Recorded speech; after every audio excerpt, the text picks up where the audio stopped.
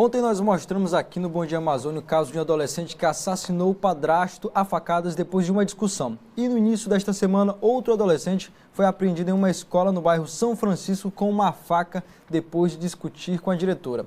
Esses são alguns dos milhares de casos envolvendo adolescentes com infrações criminosas. E para falar sobre esse assunto e como os pais devem proceder diante dessas situações, vamos receber aqui no estúdio o conselheiro tutelar Franco Rocha. Muito bom dia. Bom dia a todos. O Conselho Tutelar recebe muitos casos como esse que a gente acabou de citar? Na realidade, a questão dos adolescentes cometendo diversos tipos de criminalidade, tem aumentado num ritmo extremamente acelerado. E nós precisamos fazer algo rápido, com urgência, para que nós possamos destinar os nossos adolescentes a alternativas mais cabíveis, né? Que tipo de alternativas seriam essas? Por exemplo, com relação aos adolescentes.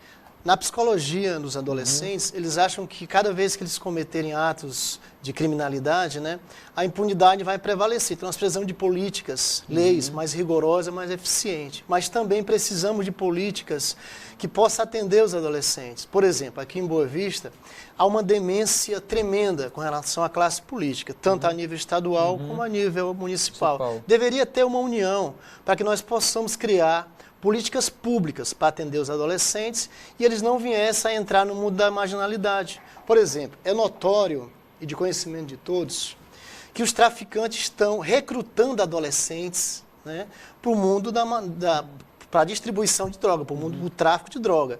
E até agora eu pergunto, as autoridades competentes, qual foi as políticas públicas de investigação, de combate a esse crime gravíssimo que foi implantado em Boa Vista, em Roraima? Praticamente nenhuma, que eu saiba. Essa é outra questão, a gente vê que tem essa parte do poder público que tem que fazer essa parte, mas também tem a parte dos pais, os responsáveis, como eles, que assim, não tem muito aquele aparato, podem proceder para tentar, digamos, diminuir essa violência que tanto os adolescentes estão praticando no dia de hoje. Por exemplo, com relação ao papel do Conselho Tutelar, é sempre reforçar a autoridade dos pais. Adolescente está em processo de desenvolvimento, então ele tem que entender que os pais são autoridade. A gente faz um apelo dramático aos pais que eles possam ser mais rigorosos, mais disciplinadores, porque criança, logo no princípio, tem que entender que o pai é que determina a educação do filho. Então tem que começar desde a primeira infância a mostrar para as crianças, para que eles possam se tornar um adolescente que venham obedecer os pais. Criança tem que ter horário para dormir, horário para acordar, criança tem que respeitar as pessoas mais velhas, criança tem que ir para a escola, criança tem que fazer as tarefas da escola, criança tem que respeitar os pais, e assim os adolescentes também.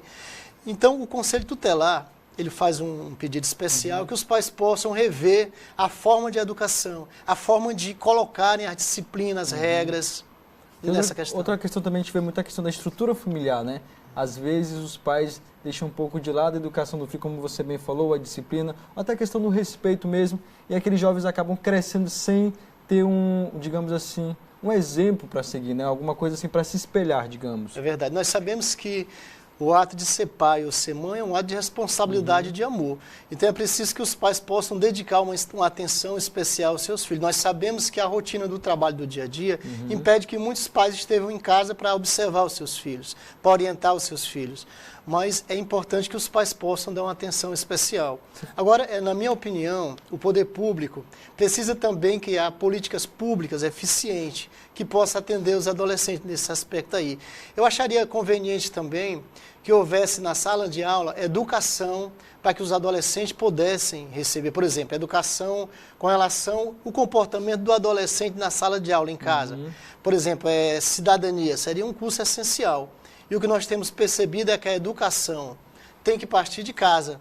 Agora, com relação ao conhecimento, tem que vir das escolas, é claro. Mas o apelo que o Conselho faz é que as autoridades que têm poder na mão, muitos são vorazes para conquistar o poder, mas são extremamente dementes e preguiçosos. Muitos políticos, muitos governantes, e deixam os adolescentes entregues na mão dos traficantes, na criminalidade. A violência, por exemplo, que foi citada na escola. Certamente, se averiguar esse adolescente, ele tem um histórico de envolvimento com droga, com galera, com violência. Já é reincidente, certamente.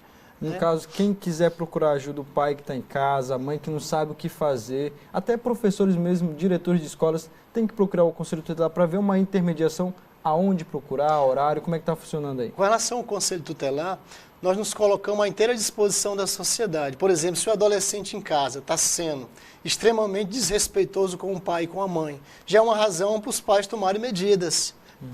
Medidas preventivas. O Conselho está para acolher esses pais, para que a gente possa encaminhar para um assistente social, para um psicólogo e orientar esses pais e esses adolescentes.